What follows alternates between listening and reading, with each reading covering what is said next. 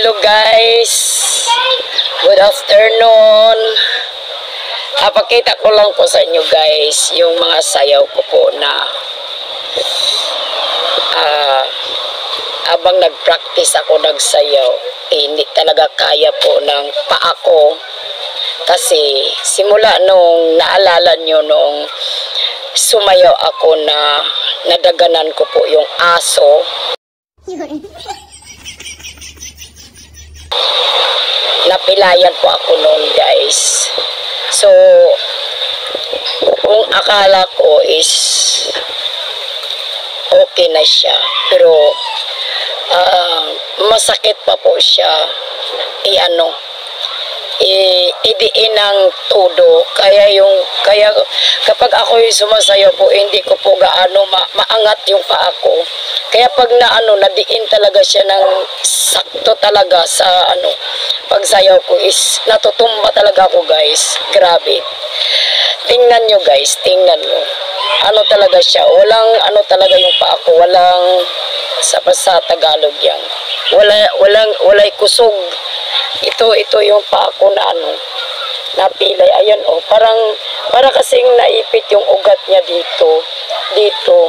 Pag nadiin ko talaga siya is masakit. Pag naganyan yan, ko, ang sakit. Napilay siya.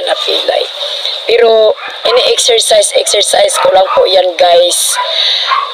Ginaganon ko lang po yung paa ko guys. Ginaganon ganon para ma-exercise po, kasi parang ugat po naipit. So habang ako po ay nagsasayaw po is hindi ko talaga maangat-angat yung paa ko, kaya hinay-hinay lang po yung pag stepping ko ba sa pag diin ko sa paa ko. Kaya pag nadiinan talaga is natutumba talaga ako guys. Medyo natakot naman po ako guys, kasi baka malimutan ko po na may pilay ako, tapos baka lumala pa.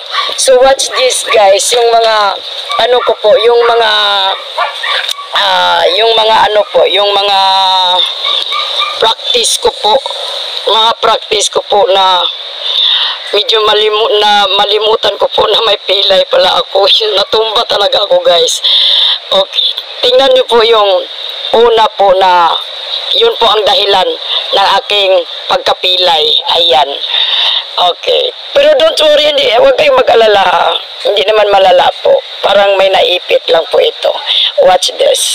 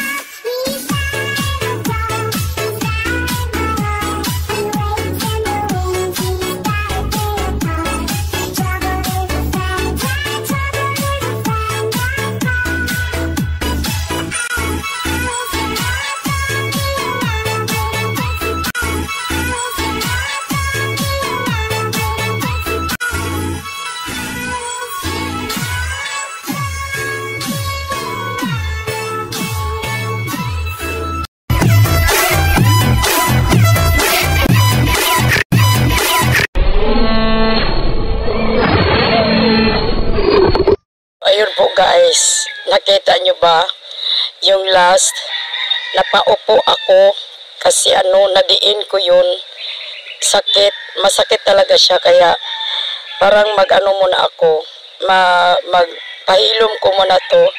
Ano ba sa Tagalog yung ano, ipaayo ko muna tong ano ko, tong pilay ko, baka kasi ano, mala mo, lo,